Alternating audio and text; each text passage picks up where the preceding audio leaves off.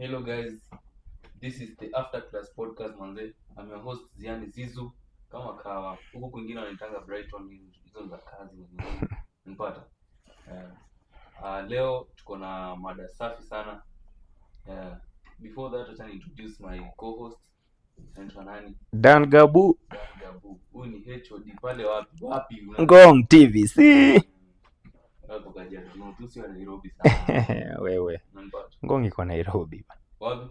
Ngong sino wapi? Ngong iko Nairobi. Ukipanda mat pale 111 unashukia wapi? Sasa unasikia tu bei matu inapita 80 wewe ndio kumbali. 150 bro. Na unaweza kuona simba, nyati.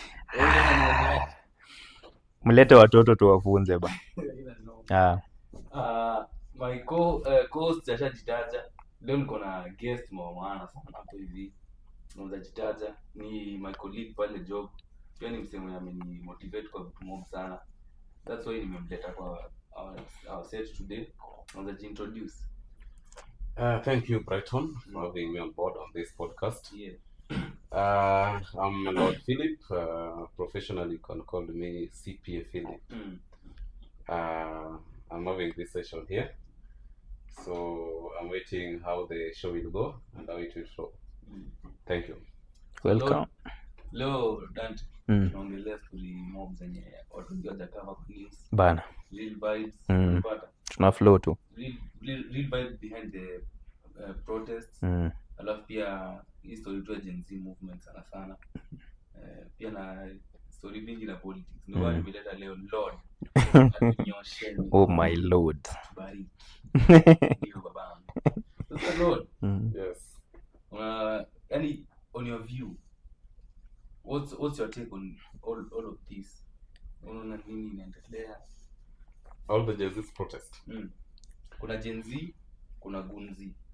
Na bado kuna hawa sio tu wote. Gavanzi.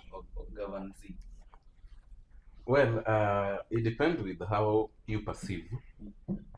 If you are pro, it depends with the side you are. If you are pro goons, you will of course demonize the protest.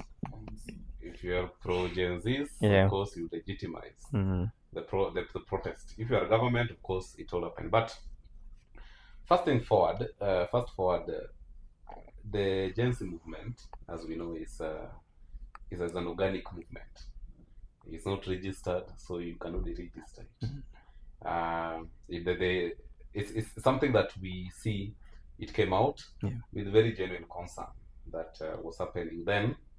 It also came, they had a very good petition in the last protest, which we thought it was worthwhile to go to the street actually, because we had a government who would tell Gen Z that, you can go to the street the whole day and go back home.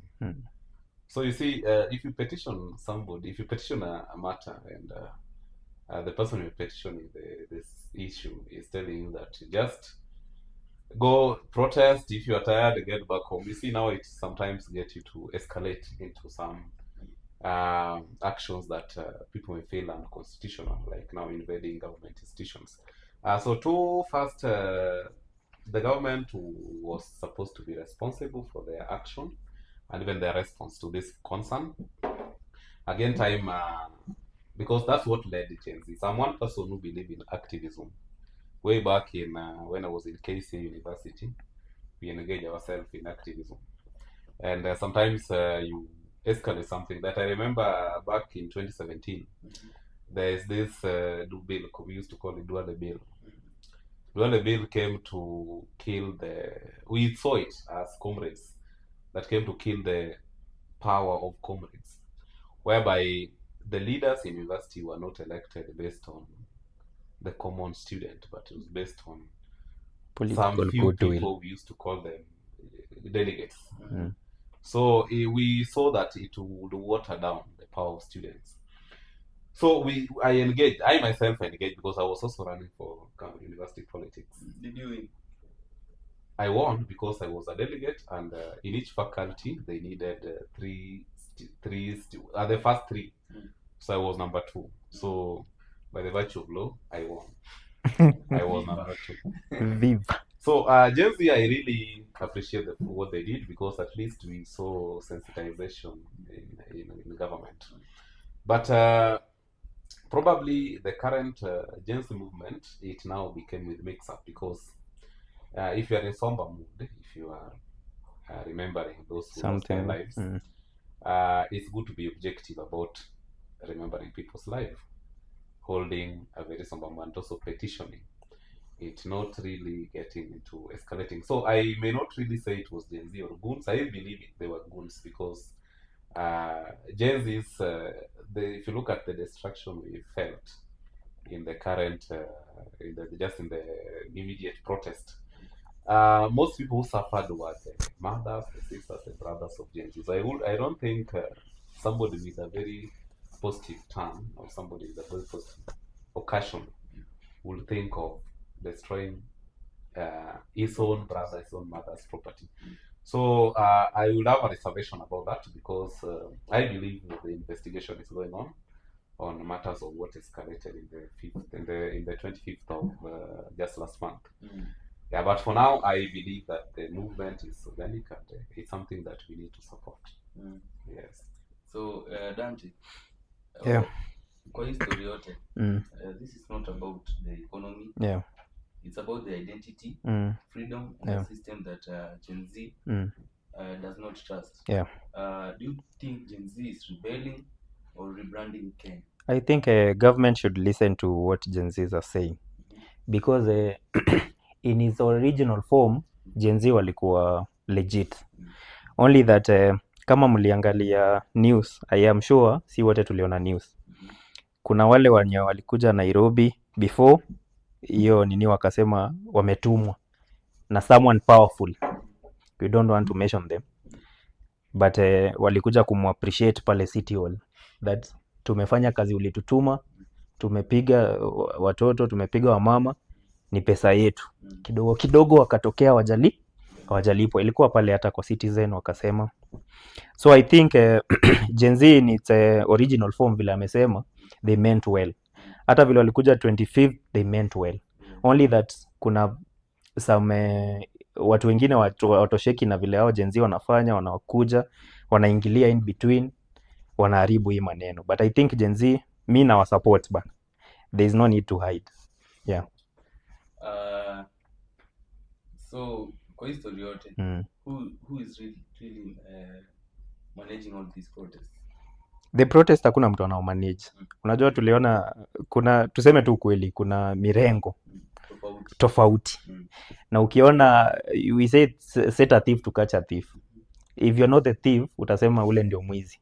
So I think kuna watu wenye wana joyride on the goodwill. Remember Gen Z walisema wao they are leaderless, wengine wakaongeza hapo rudderless, of which I don't think Gen Z are rudderless. Gen Z ni sisi, tumezaliwa, tulipata mama zetu wanateseka ama wako sawa, whichever the case, tukasukuma. So tunasukuma based on what we are experiencing, not something that we were told. Yeah, maybe to add on that, you say that Gen Z's, we are supporting, but let's look at the context, because we have got 3 rules of interpretation. The first one is always the literal rule. Another one is the golden rule, and the third one is the mischief rule. If you go with the golden rule, then I'll support Dante. No, not the golden, literal rule, where you just interpret things the way they come in their English grammar meaning form. I will support it. But if you go to golden rule, and way back, political activisms have always happened in this country. Way back from multi-party movement to issues around 97, around 207, around 2017, and now 2023, the Sufuria movement, and now in Gen Z. If you have to agree with me, is that you have mentioned something about Mirengo. Mirengo means alliance, right? Yeah. The catalyst of almost, if you look at around these things, has always been surrounded about who plays what and what is conveniencing who at that time. Gen Z's in the last protest, what was published by the Kenya National Human Rights Commission, that 60 Gen Z's died, right? Yeah. Through police brutality. Mm-hmm. If you go back to the Azimio protest, how many people died? The Azimio protest. More than 60. There were 76. Yeah. If you go to way back to even 2017, after the petition at Maraga's, even actually before Supreme petition, Court, yeah. It was also messy. Yeah. But I have never supported police brutality. Yeah. But I find it mischievous when some characters who try to. A character is not a bad English. Even if a character. Yeah, it's a figurative statement. Yeah, sure. Word. That try to play around. If we're condemning this thing, let us condemn it wholesomely. Yeah, with objectivity. Yeah. We have seen activisms around Gen Z protest. If I ask you, my co-host, compare the activisms that happened in the Mandamano 23 Mandamano protest. Yeah. Where you'll hear the president could stand on a car and say like, tutawakalia ngumu. Watu tutawakalia ngumu. And we had the activism space. We had the church. Did you see the church coming to condemn that?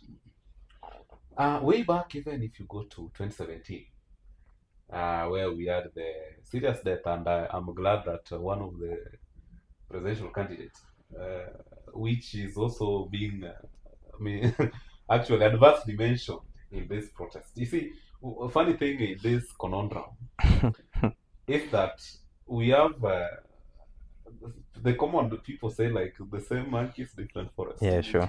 Yeah, if you go at even the inquest about baby Penny, a 6-month-old baby that is shot, you'll wonder what the 6-month-old baby going to do in the street. And if you look at it, so I would say, as much as you say it's leaderless, I would say there's a bigger percentage of this movement are influenced politically. You will not see, I did not see even the church coming out to condemn. And these things I'm not making them. You can even follow them on YouTube here. You can search on the screen. No, this civil organization came out to condemn. So as we really condemn the unfortunate deaths of Gen Z, but let us also be historically correct. Whereby we also call out everyone, whether you are in the system or you are outside the system. Let us look at these things historically and judge each of these players fairly. I like the fact that you're saying we call out everyone as a person. When we say like the church, we all know I'm not a person that goes to church oftenly, but I know the church is the last option that we go to when everything is banned. So like in 2024, the Gen Zs were out there because of the bill that was very controversial. People living out of their means just because of our taxes. Has that been addressed according to you? According to me, I would say it was addressed. It was addressed because the president did not sign that bill. Yeah. So if I apply the literal rule, it was addressed. If you explain golden rule, now it becomes relative. Yeah. It depends on what extent you will be. I'm trying to argue in the fact that I think, according to me, it was not addressed. If you have seen the bill that was presented to Parliament the other day, yes, yes, the allocation to State House is increased, if I'm not wrong, by double. To the office of the Deputy President, the same way. Office of the Prime Cabinet Secretary, which is not even constitutional. That office, the last time we had that office was when Raila was the Prime Minister. Now we don't have it, but it's still there. But it has been allocated double the allocation that it had previously, if I'm not wrong. So I think the issues that the Gen Zs have raised in 2024 were not addressed. So they had come to celebrate, not to celebrate, like to mourn, ama to like celebrate. No, is it like to... Celebrating the life, yeah, and mourning the death. The death or their colleagues that were dead, that were killed by police brutality. And then again the government badala ya kusikiza wale Gen Z vile walikuwa nasema kitambo, wameongezea ile makosa yenye inaweza fanya tukue kwa street mpaka 2027. On that, Dante, are the Gen Zs organized or are they just angry? According to me, whichever way we look at it, Rigathi Gachagua is not involved. I am not defending him. I'm employed by the government, yes. But again, Rigathi Gachagua I think is not involved in all this. Anachukua credits zenye hata ni sisi tumetengeneza. Hiyo politics tunaingilia bado. Swali ni Yeah. Gen Z wako organized ama ni wamejam? They are organized by themselves. Hakuna mtu amewatuma to go and say what they want. You see, like kama sisi wazazi wetu wangeamka asubuhi saa 8, mtu ameanza kujipanga pila anaenda kupanga laini aende kupiga kura. So sisi hatufanyi hiyo makosa tena. We are organizing ourselves to elect leaders that will serve us, not their interests. So when we see muna increase some monies here, if I can go back to what he said, that walipunguza what they were spending, because kuna time yenye tuliona like CS Murkomen, I must quote that, aliambiwa mshipi amenunua how much, saa hii anasema shoot to kill. Ukiona mtu amekuja kwa police station, whatever I'm coming to report that my neighbor aliiba kitu kwangu, you will shoot me because nywele yangu it's shaggy. Yeah, because I'm saying to be a goon. I don't know how they define a goon, how they define a thief, how they define someone that is genuine. So at least we have to draw a line between opulence, living beyond your means, living within your means, hata within which means. We are living in a country where politicians are richer than businessmen. And when we raise that, we are told we are organized because we belong to a particular political alignment. Yeah. So I want to pose the question to my friend. Why do you think that Gen Zs kutokea 25th mpaka tukaekewa fence fulani pale tusipite mahali nini, fence imewekwa, which is okay, they are protecting the property, but property ni ya nani? Ina belong to us as citizens enye Kenya ni as Kenyans, because electoral. Exactly, we are electing leaders of which hata sisi we are vying for those positions, and we are offering ourselves as better options to the leaders that were there before. Because you see, there's a difference between Gen Zs and millennials and the generations that were there. Generations that were there walikuwa motivated by maybe the tokenism, ile pesa wanapatiwa, handouts and what, name them. So like for us, we want someone that don't give us money, don't promise. What are you offering? Yeah. There's a question. I first of all want to clarify something. Dante here said that he has used the word wamepunguza, and he said that that word came from me. I don't think I said wamepunguza anything. Said wamepunguza. You said they are living within their means now. No. I said that the president did not assent to that bill. Yeah. That's what I said. If you can replay it, you'll get. But let me take you back to even before you reach that point of kupunguza. Yeah. You know you have raised a topic with a very wide scope. Yeah. First of all, you have gone through calling Gachagua and calling other names. Yeah. About the Gen Z, which according to us is relative. And according to me, I think we are giving Gachagua the credits that he doesn't deserve. We are organizing ourselves as people. Don't credit Gachagua for our efforts. Yeah. Na ukiangalia kwa hii ni political nini style yake. Gachagua ako bita na the current president. Kulingana na venye ukiangalia hata kwenye alichagua wase wake wote. Mimi na feel ako bita sana na prezo. Kwenye they were drop wote. According to me, I would not want to involve myself with the UDA matters. For one, UDA was a formation that came in because of sympathy. Yeah. Sympathy because of church. Yeah, sure. And then sympathy because of they blamed the former president for ills that he had committed. which they are still committing themselves. So I'm still wondering, when will we stop blaming the former regime, blaming the former deputy president, and start acting on what Kenyans want? Like if we say allocation to the state house, for example, is 1.4. I'm just saying an example, 1.4 billion in 2024, and now we are increasing, just for example, to 2.8. How is Gachagua involved in increasing that in state house? Yeah. Well, thank you, the moderator. As we are having this discussion, let us be consistent and conservative with the constitution. Yeah. We are here, we are blaming the executive arm of the government. We have not called out the legislative part of the government. If you look at because I've done public finance, if you look at the budget making process, it's made by the National Treasury. And of course, with the consortium of different ministries, then it is taken through the committee called Budget and Appropriation Committee, which is headed by a member of parliament. Then, of course, it becomes, once they agree on that budget, then they see how they are going to fund it. Now that's where the finance bill comes in. How will we, if at all this is our target, how will we finance that budget? So we look at our internal revenues and what we'll also get through loans. In all this conversation, we don't call out the voter. We have not blamed the voter for once. Because you have said that talking about fencing and this thing belong to us. Of course, I agree. Article 1 of the Constitution says that all sovereign powers belong to the people of Kenya.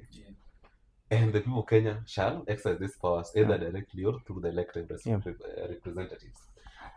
If you look at, you have also talked about the formation of UD, and you say that it was about sympathy. Yeah. Now, and this is now something that we don't want to repeat again, because I'm seeing my friend is sympathizing with Gachagua when he says that I'm not even aligned to any person. Yeah, and my trail of thought is that I don't think we have a legislature. There's no parliament. Yeah, there's no parliament. It's already captured. It's already in the executive arm. I don't think we can even rely. I think we should exercise. And that's why I'm saying the Gen Zs are correct by doing what they are doing. Because we have to exercise our rights. Because the people that we delegated our duties to, they are not doing it. So, we just have to exercise it directly. My friend here is really burning up. And is in order when system is not running well. You call things out. I agree. I'm one person who has never supported this regime. But I want us to find a situation like, how do we not get back to this mess? Because if it's about sympathy, we are also having sympathizers again coming in. And they will also come and go in the same crop. And these were friends, their cousins, their political associates. Cousins. So the question that you guys are not getting is that if majority of Kenyans, 50.48% voted this current president, then the question is, the first problem, if you hire somebody today to work for you without probably looking at history, because if you look at the history about the current regime, I don't want to speak about them. Today I'm seeing them popping up. Oh, the issue that same thing happened here, something happened. They were all known. The voter or the employer chose to ignore. And now we are also finding ourselves blanketly, without sensitizing the system, we want to do an overhaul of the whole system. We need to ask our question. First of all, what was the mischief? Now I've gotten to mischief rule. I talked about literal rule, golden rule, and now I'm in mischief rule.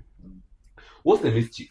What do you think that the previous decision that we made, or the previous provisions that led us to make this decision, that we don't repeat them? That's the first question. And the topic you have talked about, Gen Zs. Gen Zs, have they sensitized someone? Because I see what is propping up is the current crop. We have the former deputy president, we have the former interior CS, we also have the Kalonzo factor, which I really, one gentleman I like. I can say this, that one is one person. If in the ballot, do you think he can make it to be a president? I don't want to say like I don't think, because the person who makes someone to be president is the voter. And this is a question that my friend is not admitting to it. Kalonzo, if Kalonzo does not become president, or if whoever the angel does not become president, the person that makes someone president is a voter. So if you vote somebody that you feel is good for you, does that not make the person who loses the election inferior? The person just presented his manifesto, everything, but the voter chose to vote otherwise. And before, I was saying, even if you look back in 2013, we voted Uhuru and Ruto. And what was their common agenda? They had cases in ICC. In ICC, yeah. And Kenya voted them. It was 50.07, I think, percent. Overwhelmingly. Yeah, and that was the agenda they followed. So the power of discretion, the power of choice, belongs to the voter. It belongs to the voter. So before we castigate who does what, if we don't sensitize this voter, then we are still going to get ourselves into this issue. The problem we are facing, especially if you look at the current regime, this is not something that started in 2022.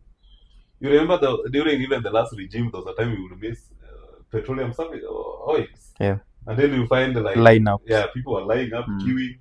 Unga, at one point, there was a subsidy that you have to only take one packet. People are not calling these things.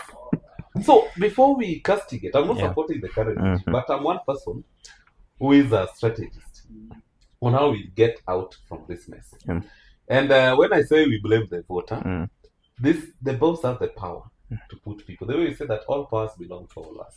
Your power ends when you cast the ballot until the next general election. After that, all powers you delegate. So if you choose people based on parties, like for example, before even you castigate the national government, the problem we are having in countries is political parties. Yeah. Today you can run on even ODM ticket, even on Wiper ticket. Believe you me, there's a lot of issues surrounding those political parties. You have to have money. You have to have money. Yeah. You must be a friend of the boss, of the party leader, and the party leader later on will come and say like I want 6 piece. So you can even pay, and then the ticket is taken away from others you. are given direct tickets, which are not interested. So let us start it from the bottom. Maybe we are told the bottom up. And casting. So when I was saying that, let me not use the word blame the voter, but let's also castigate the voter. That will be the best time. Like, how then do we not find ourselves in this situation? I think we need to give the voter benefit of doubt, because this time around the voter is awoke. They're only exercising their right to demonstrate. Remember, these are kids that never voted in 2022. They have found their parents put them in a mess that they cannot get themselves out. So now they are trying to say, you guys are not okay. You either change shape or shape out. Yeah. If they're not changing, the voter, I want to believe that the voting bloc and the voter will be different in the next election, because remember the Form 4s that left in Form 4 in 2022, they have IDs. Yeah, they will be voting 2027. They will change the candidates in the ballots and whatever. So let's not blame much on the voter. Let's have the kids exercise their duty of demonstration free. Don't bring goons. You see, when we appreciate goons, then we keep. You see, like for example, we have seen goons where, like in 2022, 2017, even in 2027, when you pay goons, at the end of the day, the goons will turn back to you. Like in the previous case where we had goons in City Hall, hawakulipwa. What did they do? Tumefanya kazi na hatujali, so wanaanza kuwekwa mask kusema nani alitutuma nini. So goonism doesn't pay. So the only thing is allow the voter to show their when you look at it, ukiangalia sahi sana, most of the youth are struggling sana. Even when you see in the protests, the ghetto Gen Zs are the one who are protesting more than the middle class Gen Zs. You see, the pain kwa hawa wenye wapata job sana. You see, so even if maandamano ikuwe kesho, tutakuwa si wengi sana. You see now the current maandamano. You see now wengi sana. You see now the problem is unemployment. Unemployment doesn't affect our MP. Mtoto wake anaweza kuwa hana kazi, but his father is an MP. Definitely that child is okay. Now we have someone that is in the ghettos where the dad is not working, and then we have the son also ako hapo anaongojea baba yake alete ile amenyonga mtu kwa streets. So kuna makasiriko ya baba na mtoto wake. So when we say create employment, even for many cases it's creating employment for the parents and the kids. That's why you can see now many parents are saying gender maandamano. Yeah. Niwakilishe hata unaona mtoto anaona, mzazi anaona hii ni investment. Enda kufa huko at least hata nipate namshukuru and but the money was being seized down. According to me, Kenya tumestoop too low. I don't think tunafaa kucelebrate kwa kifo. So I think to make the matter rest, what Dan is saying is that according to what the Bible puts, that in the past God overlooked our sins, but now that we have known the truth, I will really give a light stopover at that point, that maybe because he has alluded that Gen Zs did not vote, and probably there's a different block. They are coming up with angels. And maybe the question I would ask you also, maybe later on in the end of the session, is like, now, what Gen Z do you think are stipulated that probably will address that issue? So maybe to put the matter at rest, let us believe that in the past God overlooked, although if you look at the voting block, the way he's saying, but then majority of most Gen Zs voted Ruto. And that's a fact. The conservatives, the conservatives voted the old Mzee, and they were saying it's time for the youth. Anyway, so but the youth still vote. So we come to the next topic. I want to ask you, Mr. Philip, do you think the government is taking the Gen Z serious, or just clapping at them back? Well, the government has never taken anything serious that is going to make them uncomfortable. Like, for example, you can the mask coker. Most of the politicians now are trying to use like a slang or shame to maybe try to air their grievances to many people. So ni kama wanajaribu kufit in kwa society side. They're laughing at us, bwana. Yeah, okay. They're laughing at us. You see, a politician is a politician. A politician is, how do I get the vote? To power. Yeah. If I can preach, if tribalism can give me votes, I'll preach it. If it's about now the new Gen Zs, you see even people who are even 70s are now calling themselves Gen Zs. So a politician will always call himself whatever that can bring him numbers. Yeah. So these are not new things. We have got people who have led to power because of tribalism. Others have gone to power because of religion. Others gone to power because of class. Others because their fathers were there. Like in the previous election, it was a narrative between hustlers and dynasties. Yeah. And because hustlers were more, they toppled dynasties. Because the mantra was that anybody, even if your father has never been anybody, you can be a president. And today, the same people who are supporting, they are nobodies. Yeah, they're nobodies. And the same people lamenting most. And that's what I'm saying, like, in all these things. Because this 2022 will be my third voting. I started voting in 2017. No. I voted in 2022. And now I'm also going to vote in 2027.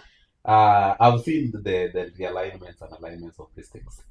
In the past, in the 2017, I would say it was more of a tribal alignment, where you'll find that the Kumira factor came in, and also the people who have been, who I felt that they've been marginalized for so long. In 2022, it was about dynasties and also the hustlers. So this 2027, I don't know it will be based on what, because if you look at the players is constant. All factors are variables, but the players have remained constant. I think I can say the only thing, the only challenge that we have is the country is constantly in a political mood, and that should not be the case, because financially we are affected. And I think for Gen Zs, I can thank them because they are not letting the cat out of the bag. Because maybe they have their person, but because of the government machinery, political goodwill, they are not letting the cat out. So at least for Gen Zs, I can congratulate you. Keep doing what you're doing. I'm not with agency. I am. Congratulate, man. I'm congratulating myself and you included. For millennials, we are welcoming you. Naona ametaja hadi historia. But this fact of Gachagua putting the country in a political mood, Ruto putting the country in a political mood, whichever person, hata Kindiki putting the country in a political mood, financially it's not viable because we are spending a lot of money corrupting our minds, mnapeana handouts, and then kuna watu kama madaktari, they are not paid. Our hospitals hakuna dawa. Children wanaenda shule, mtihani hawawezi fanya kwa sababu hakuna nini, hakuna exam, hata pesa hakuna. Yeah, and yet we are going to have a rampage where mama mboga anapewa pesa hata yenye haifiki huyo mama mboga. Yeah. And then goons are also being paid for doing what they should not be doing. Do you think some of the influencers, Yeah, they are paid out or they are paid to kill the movement? I think so because I don't want to mention someone. There's someone that I don't want to mention that has a very good show that is listened all over.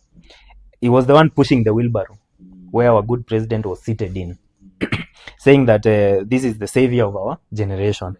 Yeah, the guy is living very well, but the people that alipeleka pale, they're not living as he is doing. Yeah, so at least for once we have a generation that is woke. Yeah, that we don't need to be paid 200 or 500. Imagine you're given 500 and then you suffer for 5 years, so kila mwaka umekula 100.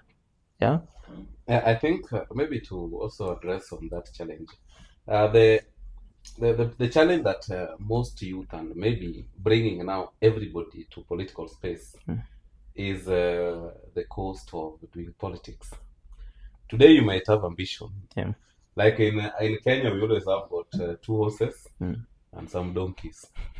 So why do you think we have 2 horses? Because you have an idea, you have some small people, but no financial muscles. Yeah, you cannot take those numbers to there. So you'll have to be absorbed so that you form a powerful coalition. So we find you have a setup where Mutahi Kagwe once said that in Kenya, a politician is a beggar, and electorate is also a beggar. So today, even if you want to run for MCA, you will call us to do your base. And also, those people that want to elect you must also beg so that you give them coins. So, I'm glad what you are saying about not accepting this 500 shillings. But if we can continue that spirit, and then we end up that we align ourselves to a political party that really understands ideologies.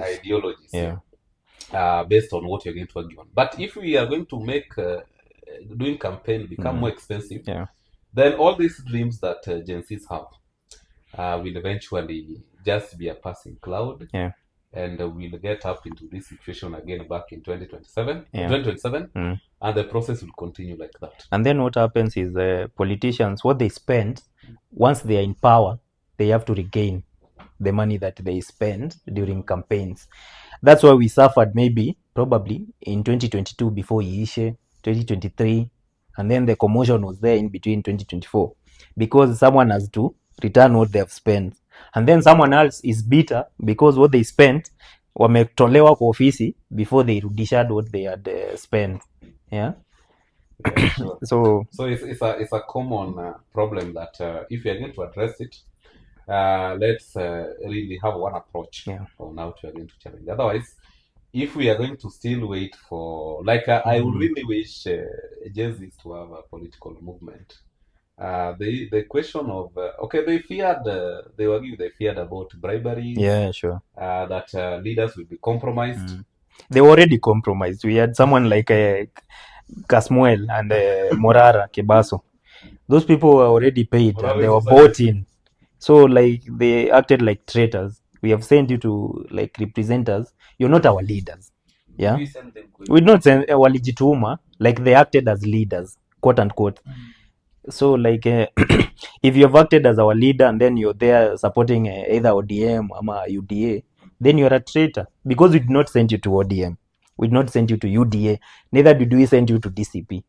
Where did you send them to? Where did you send them to? We sent them to bring the change that you want. Just stand out to be the leader that we can back you. That's what I would say. Yeah. And one challenge that will affect Gen Z's is Finances. competing with those who have polarized our country through corruption. Yeah, sure. It becomes somehow difficult. Today, if you want to run, even running, I was supporting an MCA back in our village. And this guy was using a motorbike. Actually, the time was even asking the owner of the motorbike to fuel to for buy you. Uji. You know, they use Uji to put posters along these electricity poles, electric poles, and the rest. Saying that just buy for 20 shillings. You see, this guy had a vision, but it's hardly possible. World is very wide too. So if we can find a political movement, a political party that understands that you don't need to have money, The finances, the sure. financial muscles to run. You just have to have the goodwill. And the goodwill, whether we will judge you based on the ideas that you have. You're brought. Then I think we'll awaken ourselves. But if we say I support Gen Zs, but I will not say the issue of leaderless. It's good to have a leadership, a structure. I think they foresaw the future. Imagine they endorsed maybe someone like Kasmuel or Morar. Where would we be as a people? And Kasmuel kama anaenda is going to vie for Migori seat. So imagine we said he's our leader. What would have happened? Ameenda ODM na ameenda Migori. And we want someone that can be president. He's saying a position in MP in Migori in a constituency where there is already an MP that is not performing. So tukiangalia on a bigger picture, is this the Gen Z movement is it just a wave or something structural? I think these are kids that are expressing themselves, only that they need some guidance and direction. That's what is lacking in the Gen Zs. But they have a clear mind where they want to go. Only that directions and corrections are needed. I would say, first of all, the way you have mentioned Kasmel, I would say it may not really serving the interests of Gen Z based on how people perceive his alignment has gone to.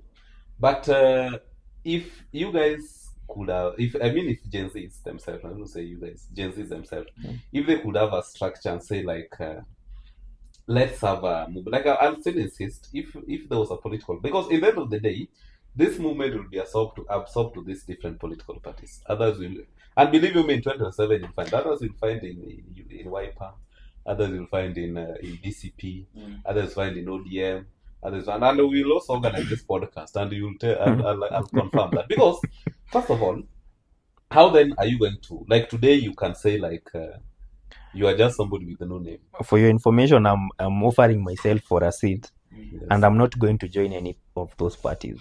You're going to run as an independent. Yes. Now you see, now that also defeats the purpose of the unit, the strength. Because if you look at Political Parties Act, even look at the issue of whip. The role of a whip in the National Assemblies, you are going to be a legislature, MCA. So to mobilize. There is a whip, right? To mobilize. So how will you mobilize somebody if you are independent? Because we can be elected as maybe, let's say, Gen Z party. We call it a party. You see, if the only parties that are going to offer themselves for elections are these corrupt parties, you can stand alone and then maybe look for a party that aligns to your ideas. But in the end of the day, most of the people who are trying to maybe vie for a seat, all of them, they want just the power and security. Understand? As in, most of the especially people, those who have been there. Yeah, not the new. Yes. Kila mtu anataka tu akue, mimi niko kwa side ya nani. Niko na security, maybe when I want to do my business. Is it secure, money, whatever? So what's your take on that, since you're going to be an MCA? Are you going to fight for us kama watu wa Karen ama? I think for elections that are coming, if I would highly recommend is for anyone that was an MP before in this current regime should not be returned into office. Maybe somewhere either lower ama atolewe tu kabisa, askue MP, askue governor, askue, because they have let us down. Not all, but some have let us down. giving an example, like for Nairobi City, I'm not fearing to say it. For the governor. When Kenya Power was demanding for their dues, what happened? The governor or the city county, in their own wisdom, saw it wise to go and dump raw sewage outside the Kenya Power offices. Those are not the leaders that we need. We choose people because of simply they have dimples. Yeah, some people have dimples, but elsewhere. Yeah, yes. So elsewhere. So like for that case, I don't think we need a governor that can do that. A county government that can return the same. Yeah. Well, I'll really not get into, but I'll stick to what you have raised a very important information about you running, because first it's good to be on the space, be on the menu. Because if you're not a player, if you're a spectator, you may do less. Like for instance, if you look at even the Gen Z movement, if you look at the suffer that Gen Zs have gone through vis-a-vis the benefits, the sufferings have been too very high. Like death, people becoming others have disabilities, being shot at a close range. Yeah, seconds. Why? Because at one point, we have not really met the real core of the system. Yeah. That movement, I support it. If you can support it, if I can also go for it, and then we find a way, like the way I've said, like let's make becoming a politician, becoming a leader in this country does not depend on other external factors, other forces. Natural factors. Yeah. Like godfathers. You need to have this, you need to have that. Then it will be so very easy for you to become that MCA, for you to become governor, for them to become MP. And then we come up with sober minds in terms of when it comes to legislation. That one I'll support 100%. Be on the menu and be in the player. If you stick so much into, maybe like you have also said about not joining any party. Party sometimes, by the way, corrupt.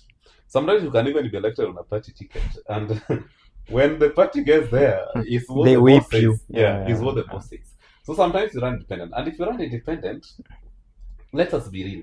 It also comes with challenges. I've seen people who run on independence. I saw a member of parliament way back in Rarieda constituency where senior council Atendo Molo. This guy, he was very popular and he could beat that Atendo Molo. But somehow the party gave the ticket. Removed it from the race, even from nomination. And of course, when he started running on independence, he could color his vehicles with orange. And this went to court and saying, like, this is independent, he should not portray anything that's similar to the party. And that's why ABC removed it from the race. So on top, just not being independent, he could not also run. So these are challenges that people who have tried to become leaders have faced. That's why I'm saying the voter should also be educated. Because if the party shida yake lazima aweke party colors kwa gari yake ndio apate kura, it means the people there don't believe in him. They believe in the party. Yeah, and remember the parties are formed to win power, to get to political whatever. So if they don't get the power, how is the MP going to work for you? Yeah, you've put the colors, you have everything on his cars, but the political party haija win power. So Dante, when you look at this perspective, that maybe for now most of the people are very angry on the president. So many people are just going there to the ballot box just to remove him. You understand? Maybe hata weke mbuzi, ulisikia hata tuweke hapo dogi. Unajua ndio kwa mbuzi lazima hata tuweke mbuzi, they just say I'm going to vote for the mbuzi. Sahani ama president. Sahani. Do you think your stuff make sense kweli? Since we are, for many of the Gen Zs, we are educated. Coming to think of it, after what people said, I think Gen Zs are not under Rigathi Gachagua. That's what people believe, and it's a false belief. He's not going to be the president, definitely. It's just anaangalia ground ni aje nini nisikue irrelevant, abaki relevant. So I think for me, Gen Zs wanafaa kusikizwa. If tutasikizwa, I think we have great ideas. Yeah. Well, before I respond to that, I've also been into this politics. Like, for example, my friend is running on independent ticket. And it's good to have an idea, a vision, but it's also good to resonate with the reality. There's a question that Chebukati asked in 2017 when he was yet to announce the presidential result in 2017. I said that why is it that presidential election is highly fought, or is fought hardly fought? Yeah. Like, people, it's life and death. And then there was a panel, a bunch of panelists, including Miguna, people like Otienda Molo. And most of them, they were saying, like, the Chebukati should answer that question. Okay, somebody argued that the time Uhuru made a joke, I don't know if the joke was too serious, but it was more of a serious, in Olenti Mama's funeral, where he said that nyinyi mtaendelea kumeza mate, Tutakula nyama. tukule nyama. And that is what it was happening. Yeah. If you look at the realignment in that system makeup, it was about, you see, like, it was about certain communities being in the power, from CS to what. So that's one fact that you are going to find yourself on the ground. Yeah. For example, you are going to run in Nairobi. Yeah. In Nairobi. Karen Ward. Now, people will, the way you have said that political parties or people join politics to gain power. Yeah. So you'll find even these independent candidates, if you look at them, most of them you'll find, like, they always align to a presidential candidate. Although they may not say, like, maybe if the candidate is in ODM, you'll also find an ODM's candidate in that ward, and they want to look at, because you can say, for president we can vote our person, but hapo situpange hapa chini, because Dante ni mtu wangu, Brighton pia ni mtu ODM, ni mtu wangu, so hapa tutaangalia sera ya mtu. But unapatanga huko mbele kuna watu wamedecide kuna support nani. So if you say you are independent and then you also don't support maybe my presidential candidate, I'll better vote maybe that goat because that's what my president will want. So it's one thing that it's unfortunate that it happens, but believe you me, presidential elections is always, in Kenya, is always like life and death. And there was this commission the way before.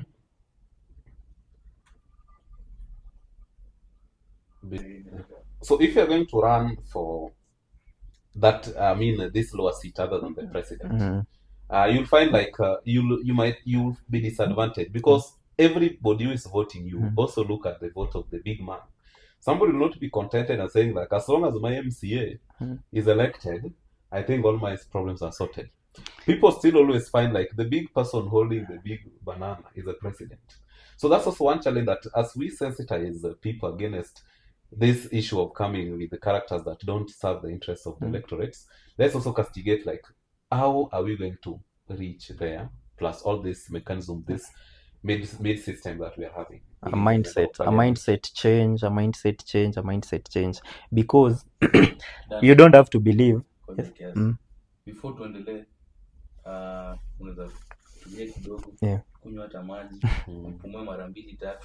Let's take a break, we'll be back. Mambo mchuzi inaendelea kupika. Asante. Before uende, kuna interview, kuna advert hapo kijana wangu anataka kupiga. We have some merchandise, that is the After Class podcast. We have the polo t-shirts that go for 1,500. We have some hoodies that go for 3,000.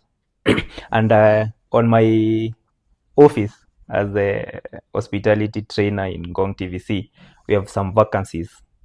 You can come and train with us, maybe to be a chef, maybe to be a waiter, maybe in the laundry and housekeeping department. You're welcome. Those are open for you. Thank you. Santa. So guys, welcome back. Tumetoka break. Imekuwa ni intrusive topics za maana sana. So as we continue, Honorable Daniel Gabriel. Nilikuwa na swali. What if you have been given a stadium, ama tuseme Uhuru Park, with maybe 1 million youths? What are some of the things unaweza address sahi, maybe kwa change ya government ama way forward? Maybe kitu naweza insist ni kuwa educate on maybe the mistakes that we made before tusizifanye sahi, especially on sympathy. Yeah, you see political victims usually come to us for sympathy, so tusifall victim of kuwahurumia because of what they did wrong, maybe their time in office, ama maybe because they are not good people at all, especially the crop that was there before our Gen Z waamke. They are not crop of politicians that we would want in future. Yeah, because they are there because of their stomachs. We should not be weighed by what they come, the goodies, yeah, the money that they give us. Imagine someone giving you 500 and hutamuona tena for the rest of the 5 years. And again, akienda huko, he never speaks in parliament. He never raises any concerns from the constituency or from the county. If he's the governor, hakuna kitu amekuja kuaddress. Instead, akone kwa ndege, airplane mode, if I may say. Ako tu kwa ndege all through. So at least we have someone that is concerned, mtu mwenye you can reach easily. Although we never know when people are changing. You see, power corrupts. Yeah, when they get there, people get greedy. But at least you're able to tell from the character of someone. If someone has no good track record of where they came before wakikuja kwa politics, maybe that's not someone that we should consider in our political future. So at least as we elect someone, let's engage our minds, let's engage the vision that we have ahead, not just for the stomach and just for now. Tuangalie the future. Mr. Philip, Yes. najua unataka kuongeza kitu hapo, but as you continue from there, I will to ask you, should the Gen Zs look for a leader or they just stay or kae tu nje ya history yote ya Gabu? That question is somehow contradicting. When you say should Gen Zs look for a leader or they stay out of the government, so it's like they just ignore the political space or they be part of it. As in, wanafaa wakuwe hapo, yani watafute leader mwenye anaweza kuwa naongelelea for their nini zao, ama wakae tu out of the nini, lakini wana protest tu hivyo bado, as in wanasikizwa tu hivyo wenye wako. I think they should be part of the leadership, because if you believe that the way Dana said here, Dana searched and found out that the players we have put in the field probably have not played the styles we agreed. So be part of it. I would support if I see Gen Zs being part of the political space. But again, the challenges that Gen Z face may not just be solved by absorbing them into political space. Actually, roughly, how many Gen Zs do we have population? Roughly 3 million. 3 million. Yeah. And you see public service, if you start from police to teachers to all those things, I think they don't reach even 900,000 positions. So we, on top of empowering Gen Z through articulating issues, we also need to look at how do we engage this in Gen Z, because we have a population that is very energetic, and if we waste the energy, there are countries that actually cry for labor force. Here we have very energetic youth that can really work, and the problem that we don't have the opportunities in terms of industrializations. The industry that we are having is either they're dead or they're in the deathbed. So we also look at how do we empower them into manufacturing sectors, into what, so that they don't just only look at the reason why actually mostly the Kenyan situation is in a political mood or campaign mood, the way Dan said, because of basically it's because of there's no opportunities. And there's something he said that we are in a country where politicians are richer than the businessmen. The best definition of that country is always called Banana Republic, where some individuals are richer than the state. It's like most of these places of worship, you find like the pastor could be richer than all the congregants. So of course, then that person will have exclusive powers to make decisions. In the end of the day, even and I really support. By the way, I was thinking whether I should vote Mutuse. Yeah. But I think I will consider voting Karen. Just I had always planned to go and go to say. And these are, Reasons best known to you. yeah, even you know it. I wanted to join. So I to answer your question, I think they should they should be part of it, because at least if they're there, they can. It's, you know, you cannot fight outside. Like you, if you are an Arsenal fan, you say this player is not playing well, you will only make noise. Utasema uchungu ni kwa mashabiki, right? Like you are not part of it. So I would like youth to be part of the political makeup, so that whatever they felt, they could also address it. They can address it in an ambient way. So tukimalizia, ukiangalia kwa nini stuff na religion sana sana, if the tuseme imams ama mapastors wangesimama, hii protest bado ingeendelea tu ama do they play any role kwa hii nini yote kweli?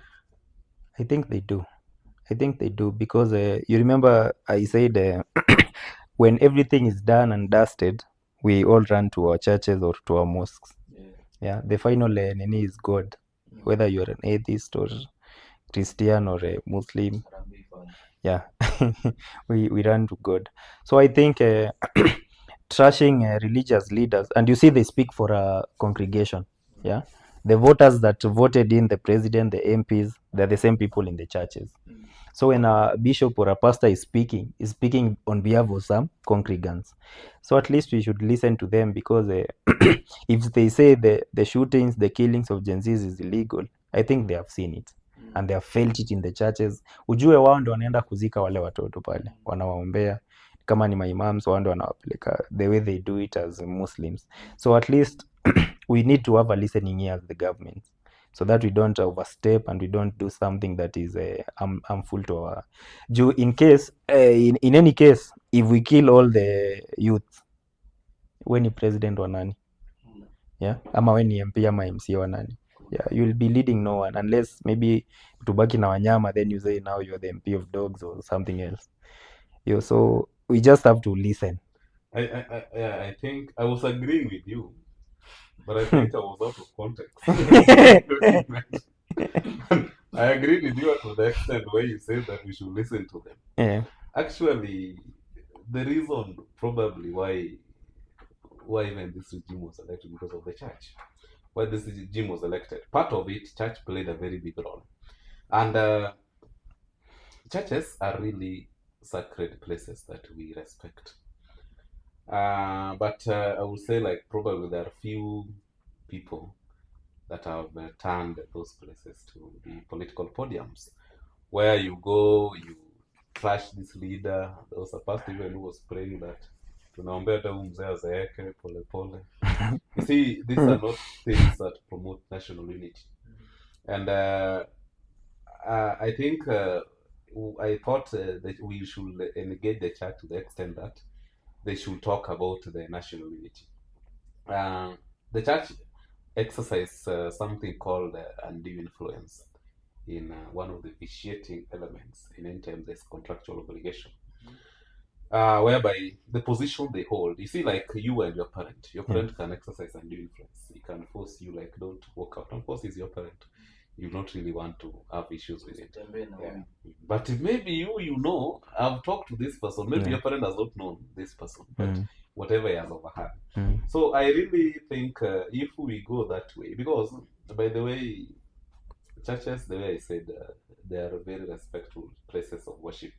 But what are the barriers? What are the entry requirements to be these church leaders? Today, I can be a church leader. How then do you trust that one person who can speak on behalf of you? At least you can also, like you teach hospitality. You're certified by the government to teach that course. So today, if somebody wake up and say, like, I can also do hospitality, then how do I trust to that extent? And you see now the conflict of interest will come in and the rest. At least there's no yardstick where you can say, like, you fall short of the standards, hence we are going to reprimand you on this. Like now in churches you used to add the MCCK. MCCK, I thought its work was to regulate the government. I mean, to regulate churches. Led by Ole Sapit and the rest. Yeah, it is a national council of churches of Kenya. But I later followers realized that it was put to make harmony between the church And the and the states. government, whereby they agreed that you play your role in the clock, Yeah. the Roman collar, you obey the collar. Mm. Let us also do political player. So we find it's also limited to look at to what extent then do we trust some of these The places of worship. excesses. Yeah. If you look at some of the issues that came up with like Shokahola, you see, you will not regulate somebody like who should be pastor, who should be what. Yeah. So it's good, but let us also reserve our appreciation towards them. And do you think churches nowadays, do they empower maybe us, or they just train wanatuambia tu to remain calm, as in to be obedient? I think to some extent they're just telling us to obey. If we don't obey, then they go to the government and they tell them listen to what these people are saying. There is no much of training. Like the church that was there before is not like the church that is there today. There's much difference. Yeah. I would say that churches, because what you have said, like there's no barrier to entry. There's no person who's Qualification, that now this one qualifies to be here. Now that now defeats the purpose of saying like what were CPA mkae hapa, what were CT mkae hapa is like a whole mix up. And you see now churches teach doctrines. Now if you ask most of these churches, even where you attend, tell them what doctrines are you teaching? Prosperity. Most of them don't know. But others even don't know there's prosperity. Them they know you go read the Bible. Cast out demons. Out. Of course, you know it's when you're developing a doctrine, by the way. The first thing you need to consider is how do you still fear of the people are going to buy this doctrine. So in terms of whether church has spoken out or have not spoken out, some extent that others have spoken, some have spoken out, some have not spoken out. But in history of most of these churches, when it comes to political inclination, I've always seen most church go where power is. They line themselves with what the money person they believe that is their candidate. Other churches, you just even in what you offer. You will see when Raila goes to church, he's being prayed for. Other churches are telling them he's a witch. Also, if you also goes, they do. So, sure. Because in this church, you'll find somebody who supports Dante, somebody who supports Brighton. But when I say, like, when Dante comes, I pray for Dante. The day Brighton comes, I pray for Dante. It's an investment. So it's like, it's an exchange. So, churches vetted. They should be vetted. I think there's a disconnect there. Maybe tukipeana last parting shots, as in sasa hivi naona it's bad that even maybe tuseme in the power of mass media, TikTok, nini social media unapata even niliona ni post nyingine juzi ama kuna msee alisema sahii hata kwenye watu huko ushago wanapewa, unajua nilipusha kwa kwetu tunaitanga vikumba. Unatoa mavitu kwa tumbo, unatolewa wembe, unatolewa barabara. Mbona watu waganga 10 tu wasishikane tu warushie president vitu? Yani it's bad, imefika kwa hiyo case. So kwangu mimi naweza penda maybe our politicians at least mkao na strategies zingine. Huko Bungoma naona Didimas ndio wanapewa nini peke yake. Speaking of social media, I think I need to rebuke in the strongest terms possible what the CS did. When you say that some stations should not air, we are slowly returning to the Moi era, where you if you don't agree with me, then I have to use all the political machineries that I have to just pin you down. Then what that brings around is the killings that we have witnessed. You see, if now I'm not able to capture what is happening, I'm only going to report what I've seen when I was allowed to see. What I was not allowed to see, I will not report. Then we are returning back to anarchy, where there is no democracy. We say Kenya is a democratic country, but then again, we are returning where there was no democracy, where the colonialists left us. We are still going back slowly by slowly. So I think to some extent, let's let people be and then agree to disagree. I think maybe if I heard you well, you talked about if we can have some supernatural powers and we kill the president. What did you mean? I meant as in it's bad sahi kwa situation yenye mpaka mtu anaweza fikiria something like that, meaning that government iko mbaya. At least tukae, yani at least tu as in president ajaribu tu anaweza. Yeah, I would say Sasa hiyo ndio tuko na yeye. Mimi sidhani hata kama kuna haja ya tutoe tusioni the right. And the fish rots from the head. I would As say in ikifika that kwa hiyo point yenye kila mtu ako beat hadi anafikiria mambo ya waganga. Yeah, Manze it's tuko- bad. Yeah. I would say like because one day you want to lead, like now my friend here, you'll drum in support, and we believe that you'll present us, will represent us. I'm the best person. Yeah. One thing that all of us must know that it's good that we be patriotic. The people who have killed patriotism has always started with those politicians, because we patriotism is you love your country, and however how much your mother is, you will not go to another mother, foster mother, Yeah. and neglect your mother. This is our country. So I would say like let us be patriotic, both of us, both the common man and also the politicians. In that, let the politicians allow us, if we are going to exercise our powers in 2027, let's respect our powers in 2027.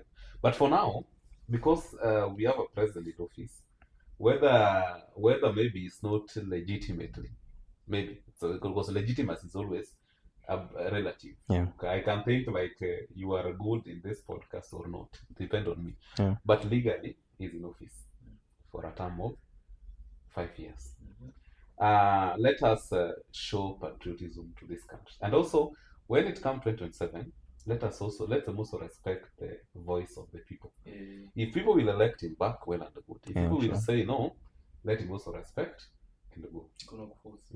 But the issue of saying like we should hate the people that we ourselves we put, then that's being mischievous and hypocritical. Dan, tukimalizia, what are some of the maybe kitu nazambia my youth sahi and the Gen Zs, maybe pia wenye wanafanya form 4 watakuja kuvote maybe next time? Let's be woke. What I can say is just let's be woke. I know there is a lot of infiltration from the political class, but at least we know what we want. Let's not be derailed from what we want. Let's follow what we want and then we'll achieve it. If maybe you've not registered to be a voter, it's your right to do so. Remember, you cannot be forced to vote, but at least let's bring the change that we want. Let's not always be on the complaining lot. Let's always be the change that we want to be there. Yeah. Yeah, I would advise you that let us take part not only in the process of voting. Let us also take part in knowing the person we are voting for, knowing even in terms of political parties, the philosophy and the ideologies of that political parties. Let's take part. This thing that you find most youth say like, mi sipendi siasa, mimi siasa pana. That's why we keep on making wrong. Because if I don't know, I don't want to look at the kind of woman you want to marry or to date, then you'll end up having somebody that probably you never anticipated about. So this is where these people take advantage. Like even in the church, you'll find, I always challenge even my students. You find those who go to church, they hardly read the Bible. When you don't read that Bible, of course you are at the mercies of your spiritual leader. So even there was a pastor who was once said that in Acts, so the book of Acts chapter 32, and people were taking notes, knowing that And Acts that doesn't ended 28. exist. Yeah. So such kind of thing. So we find like we are sailing into a system whereby we make decision of what we don't know. Because I'll vote Dan because probably will be done. You're my friend. I have not checked Dan, I've not seen what Dan can do. And by the way, do you know like today if you are elected, you'll be so easy to become a friend of Ruto than this Brighton. It's just like when you came from your village, you came to Nairobi, did school, you ended up becoming friend of Brighton here because he did a similar course of you. Yeah. It was So fun. convenience. It was not necessarily funny, but Convenience. yeah, Convergence and you met at a common ground. Mhm. So you find like also this politician, you'll be tempted. Like let's say there's a workshop, Yeah. or MCAs are going to Mombasa. Yeah. You'll not say And like, they are seeking for salary increment. yeah, or not from even the- even from the training. president. Even training. You'll have to from there you'll be influenced, and you have to fight from there at that point. So let us voters, the way I said, like as we also castigate these politicians, let's also castigate voters, and let's also remind ourselves as voters that who are we going to vote for, and have we assessed them, so that in any case we hold the race, because the race is for 5 years. Yeah. And the way you see our political trend, wengine wanasema ati umeona one term. No president goes for one term. For one term, such kind of things.